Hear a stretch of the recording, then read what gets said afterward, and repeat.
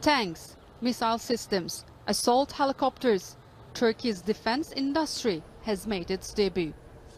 With the aim of becoming one of the top 10 countries in defense technologies and production, Turkey wants to increase its arms exports. With a $6 billion annual turnover and $1.7 billion in exports, Turkey has expanded its domestic defense industry from 24% 15 years ago to 60% now. We have seen in many occasions that your independence in defense industry is very important. So we have to protect ourselves from the air and as well as in the land. Plus, another important factor is fight against terrorism. I guess we have, as Turkey, we have a lot of experience in this area. Turkey has been fighting the outlawed Kurdistan Workers' Party, or PKK, for more than 30 years. And now, at its doorstep, ISIL has become another challenge. Last year, the country was targeted 16 times by suicide bombers. 10 of those attacks were perpetrated by ISIL, and the rest by the PKK. According to the World Health Organization, an outbreak of Ebola in the Democratic Republic of Congo that began April 22nd has resulted in at least one death and possibly 2 others. The Congo Ministry of Health notified the WHO of 9 suspected cases of Ebola in the Ekiti territory in the northeastern province of Bazuli. 3 people with the hemorrhagic fever have died, but only 1 death has been confirmed as resulting from the Zaire strain of Ebola. Officials suspect the 2 other deaths were also caused by the highly infectious virus, which spreads through contact with bodily fluids. According to the CDC, a tick-borne disease called Powassan virus carries a serious, sometimes fatal health risk. In a statement, the CDC added on Friday that approximately 75 cases of Powassan virus have been reported over the past decade. Dr. Susan Paskowitz, the chair of the Department of Entomology at the University of Wisconsin-Madison, says it's a rare disease that can often have pretty severe impact. People die as a result of Powassan infection. Dr. Janina Smith, an infectious disease specialist at UW Health, adds that Powassan attacks the brain itself, causing inflammation and infections of the brain. 595 Americans have died in floodwaters since 2011.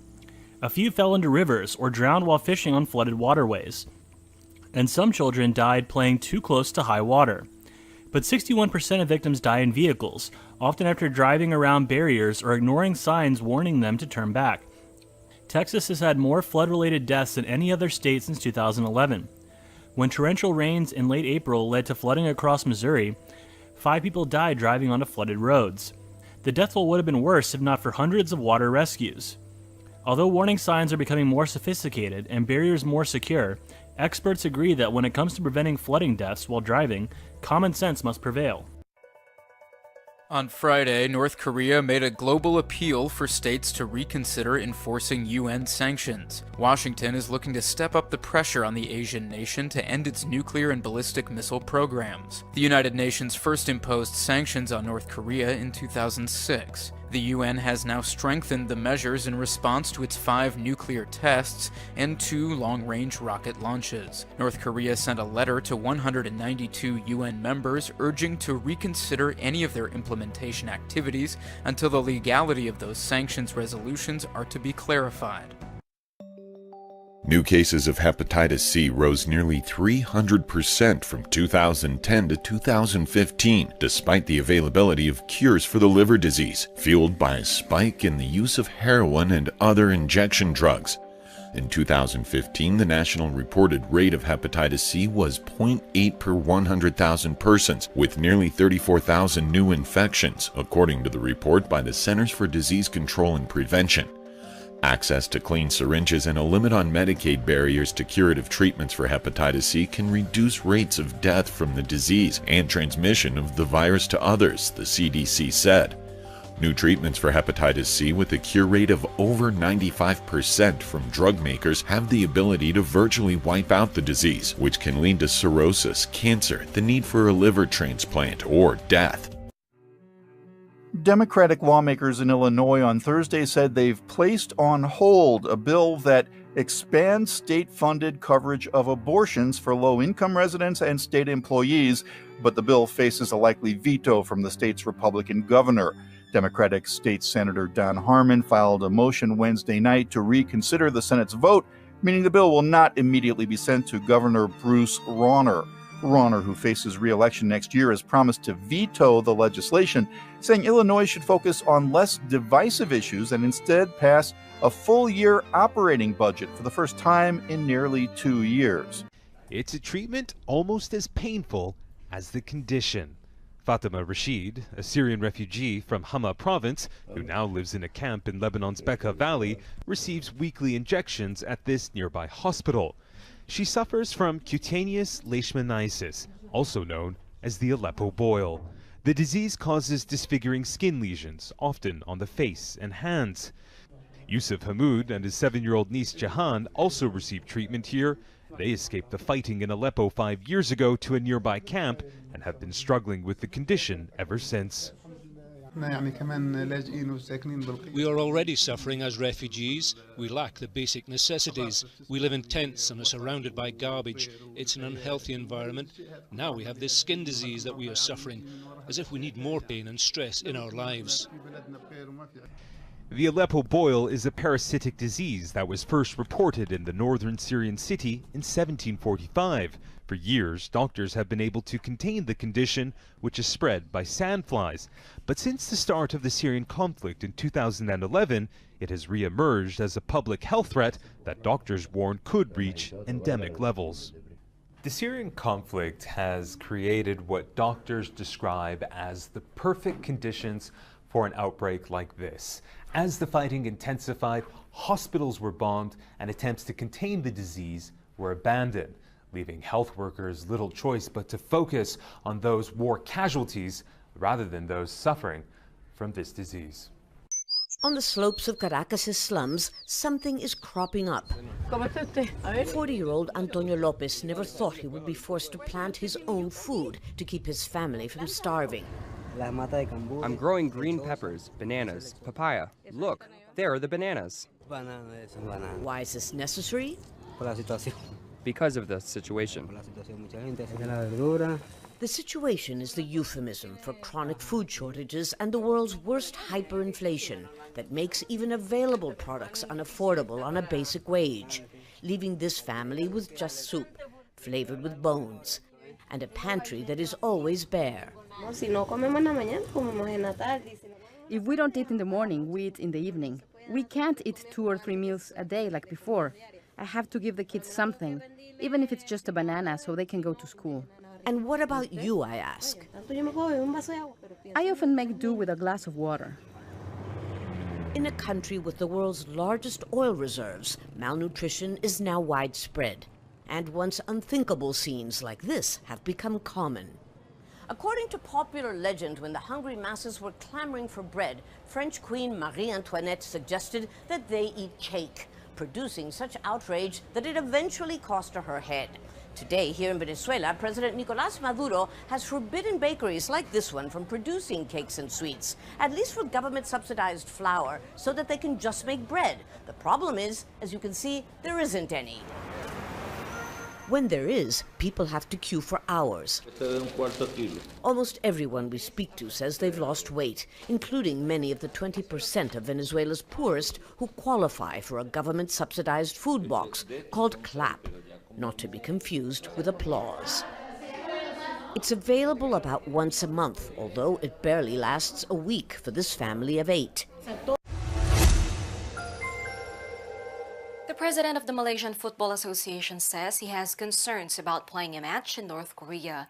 Tunku Ismail Sultan Ibrahim called for a football match between Malaysia and North Korea to be moved from the North Korean capital of Pyongyang to a neutral location. The June 8 match is a qualifier for the 2019 AFC Asian Cup. The two countries recently were involved in a diplomatic conflict after the half-brother of North Korean leader Kim Jong-un died from poisoning the Kuala Lumpur airport. In a May 11 Facebook post, Tunku Ismail said, "I would like the match to be played at a neutral venue for the sake of the players' safety." He also expressed concern concerned about player accommodations, food, and the safety of match officials. He said Malaysia risks forfeiting the match 3-0 if it refuses to play. For United News International from Metro Manila, I am Crystal Yap. The Mormon Church is dialing back its century-old relationship with the Boy Scouts of America. The Church of Jesus Christ of Latter-day Saints, more commonly known as the LDS or Mormon Church, is abandoning scouting programs for boys ages 14 to 18. The church will, however, continue to participate in scouting for younger boys.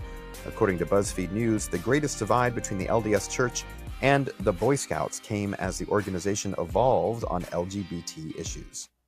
I remind you of the recent debates we have seen in Indiana, in Arkansas, and elsewhere over discrimination based on sexual orientation.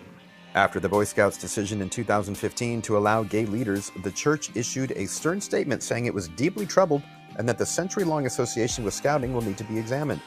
The Scouts opened their ranks to gay boys in 2013 and to transgender boys in 2017. With the Taliban's spring offensive underway across Afghanistan, the United States and NATO are considering a summer troop surge. We are currently reviewing our training mission in Afghanistan, and we will take decisions on its future scope, including on troop numbers within weeks. That follows talk of a separate U.S. troop increase.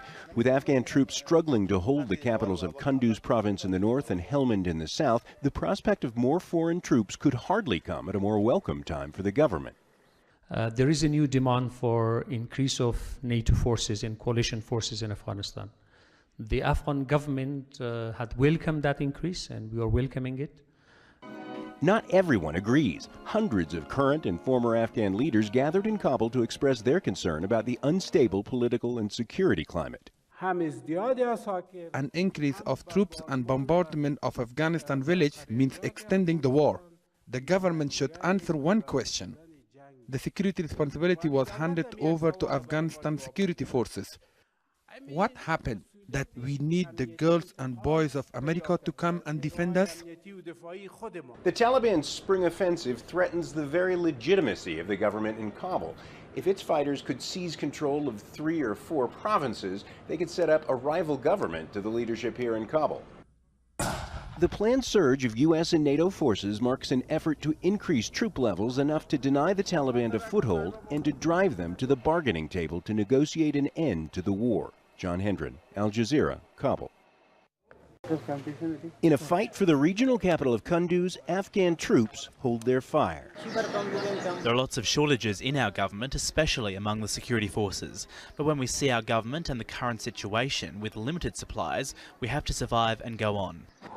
Fighting in Kunduz city has come to a stalemate, with both sides holding their ground. Our main road is closed. We drove through the desert. It's been a week. There are roadside bombs and mines on the road and dead bodies lying alongside it. No one cares. We don't see any attention from the international community. The Afghan army has to man every meter of road they control. A report called the Worldwide Threat Assessment from U.S. intelligence chiefs says things are likely to get worse through next year, even with a modest troop increase from the U.S. and NATO. In a report to the U.S. Congress, they said the Afghan National Security Forces' performance will probably worsen due to a combination of Taliban operations, ANSF combat casualties, desertions, poor logistics support, and weak leadership. While the government here in Kabul welcomes the prospect of an increase in troops from its U.S. allies, many Afghans say troop surges have happened before and they've had only temporary effect. And they point out that, as the U.S. intelligence report says, the main problem is the dysfunction and ineffectiveness of the Afghan government. Some here fear deeper chaos, or even a failed state. We should not let our country become the home of a proxy war between the regional powers and superpowers of the world and turn into another Syria. As a military standoff holds in the provincial capitals of Kunduz and Helmand, U.S. and NATO leaders say they will decide sometime soon whether to raise troop levels. John Hendren, Al Jazeera, Kabul. The Philippine military is sending troops and supplies to a disputed island in the South China Sea. Lieutenant General Raul Del Rosario on May 11 said troops have started to move construction materials for repairs on Pag-asa Island. At this time, the construction work is expected to reinforce and lengthen an airstrip along with building a dock for ships. Roughly 1.6 billion pesos is earmarked for future construction work on Pag-asa Island, including a water desalination plant, a fish port, refurbished housing for soldiers, and facilities for marine research and tourists. Back in April, China protested a visit of Philippine defense and military chiefs to the island, including Defense Secretary Delfin Lorenzana. During the visit, Lorenzana promised to turn the island into a tourist destination. For United News International from Metro Manila, I am Crystal Yao. Japan is reportedly considering acquiring Tomahawk cruise missiles to counter the increasing threats from North Korea. According to Japanese media, a proposal is currently being circulated that would have Japan procure an unspecified number of Tomahawks. If true, the purchase of these offensive cruise missiles would be a first for Japan and a major change in the country's pacifist security policy. Pyongyang has repeatedly threatened to attack Japan, but recent advances by North Korea have reportedly left Tokyo wanting the ability to not only shoot down North Korean missiles, but also to destroy them before launch. Currently, Japan maintains so-called self-defense forces only. Offensive weapons such as aircraft carriers and cruise missiles are prohibited as a matter of policy. Japan right now does not have long-range weapons that could cross the Sea of Japan and preemptively destroy threats from North Korea. For United News International from Washington, D.C., I'm Caitlin Mangum. Ebola has surfaced in a remote part of the Democratic Republic of the Congo, the first outbreak of the disease since the West African epidemic that killed more than 11,000 people before it came to an end 2 years ago. A vaccine proved its worth in the West African epidemic, which hit major cities, but it is still awaiting approval from regulatory agencies, and the DRC government has yet to request its use for this outbreak. According to a statement issued by the World Health Organization, today 9 suspected cases have been reported so far, and only 1 has been confirmed as Ebola. A body farm where researchers can study how corpses decompose will open next week in the Tampa Bay area with the burial of 4 donated bodies. Officials broke ground Friday on the Adam Kennedy Forensics Field, a 5-acre patch of land north of Tampa. It's the 7th such facility in the nation and the first in Florida's subtropical environment. The oldest and most famous body farm in the U.S. is at the University of Tennessee in Knoxville. Officials in Florida hope their farm, to be used at first by detectives and forensics anthropologists at the nearby University of South Florida, will draw scientists from other countries and grow to be the largest in the world. The United States warned China that North Korea's attendance at a weekend summit on China's New Silk Road could affect the participation of other countries. The move cast a shadow over what is Beijing's biggest diplomatic event of 2017. 2 sources with knowledge of the situation claim the U.S. Embassy in Beijing submitted a diplomatic note to China's foreign ministry, which said inviting North Korea sent the wrong message at a time when the world was collectively trying to pressure Pyongyang over its repeated missile and nuclear tests.